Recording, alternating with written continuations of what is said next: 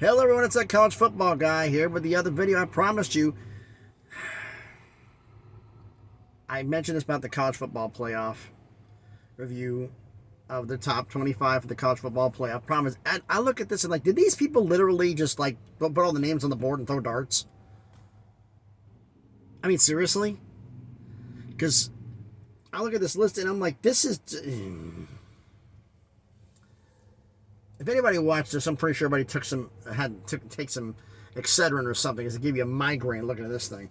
Because I mean, the poll you have here for the college football playoffs committee: number 1 Tennessee, 2 Ohio State, 3 Georgia, 4 Clemson, 5 Michigan, 6 Alabama, 7 TCU, 8 Oregon, 9 USC, 10 LSU, 11 Ole Miss, 12 UCLA, 13 Kansas State, 14 Utah, 15 Penn State, 16 Illinois, 17 North Carolina, 18 Oklahoma State, 19 Tulane, 20 Syracuse, 21 Wake Forest, 22 NC State, 23 Oregon State, 24 Texas, 25 UCF. A lot of people have tore this poll apart, and why is this team above this team and this team above this team? I look at it this way. I mean, it's just, I'll be honest with you, I don't want to review this damn thing. Because for me, it's stupid. Because the top 4, why do you do a whole ranking? You can do a top 10. Solve the problem. Because once you're out of the top 10 and you got 2 losses behind the top teams, you're not catching up. You're not coming back in. I'm sorry, you're not. Tennessee and Georgia, whoever loses out of it is going to be out of the college football playoff. They're not going to take 2 teams from the SEC East. They're just not going to do it. One's going to get in, one's going to New Year's Six bowl game. That's how it's going to be. The only way that they take both of them, I think, is one. Do I think I'm paranoid about the Alabama bias, and if Alabama had 1 loss, how can they see them take 3 teams? Whoever wins the Georgia-Tennessee game loses to Bama in the SEC title game. Now all 3 teams have 1 loss. But Tennessee would have a case. Like say if Georgia beat Tennessee and then lost to Bama, Georgia beat Tennessee, Bama beat Georgia, but Tennessee beat Bama. It's just like a round robin thing.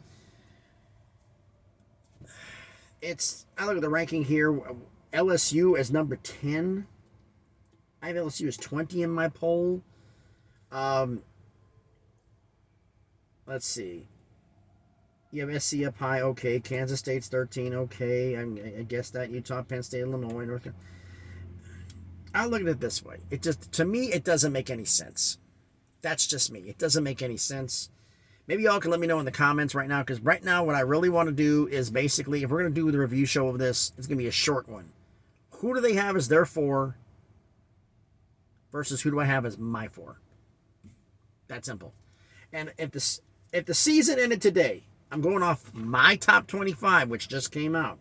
I'm going to give you the top 10. 10 SC, 9 Utah, 8 TCU, 7 Alabama, 6 Clemson, 5 Georgia, 4 Oregon, 3 Michigan, 2 Tennessee, 1 Ohio State. I'm taking undefeateds before I take anybody else. Now, Tennessee and Georgia both play in the SEC East. I have Tennessee ranked ahead of Georgia. As I mentioned before, I don't think they're going to take 2 SEC East teams. So Tennessee will get the SEC nod. Ohio State and Michigan, both of them aren't going to go to the college football playoff either. It's going to be one or the other. So I'll say Ohio State. Would you take a 1-loss Pac-12 team or over an undefeated ACC team or an undefeated Big 12? No. So my 4 are Ohio State, Tennessee, Clemson, TCU. You finish undefeated, you should be in the playoff, especially from a Power 5. The Pac-12, maybe, but the way TCU's getting it done, they should be in the playoff if they stay undefeated. If they stay undefeated. Clemson stays undefeated, they should get in. The only way I think it could be SEC haywire, as I've said this before, Clemson loses a game, TCU loses a game, still wins the conference. Ohio State or Michigan, whoever wins that game stays undefeated, but that undefeated team loses in the Big Ten title game, so they have 1 loss. So the Big Ten champ has 1 loss, the ACC champ has 1 loss, and the Big 12 champ has 1 loss, and if Oregon wins, the Pac-12 champ would have 1 loss. And you'd have SEC teams with 1 loss. Now it really becomes a pain. So tell me what you think of my idea here. Instead of doing their whole top 25 poll, which is driving me insane with how idiotic it appears to be to me, their 4 versus my 4. And if you know the poll, I'm not going to do number 1 through 4. I'm not going to do Ohio State, Tennessee, Michigan, Oregon. I'm not doing it. Because the poll, number 1, Ohio State and Michigan, one of them is going to have an L at the end of the season. Let's be real here. One of them's going to have an L at the end of the season. Even though its season ends now, Michigan will have an L. So go ahead on that. Georgia, Tennessee, one of the two is going to have an L. I went to the highest ranking of the two. And Clemson and the ACC and the Big 12 champs are undefeated. So I got to put undefeated in.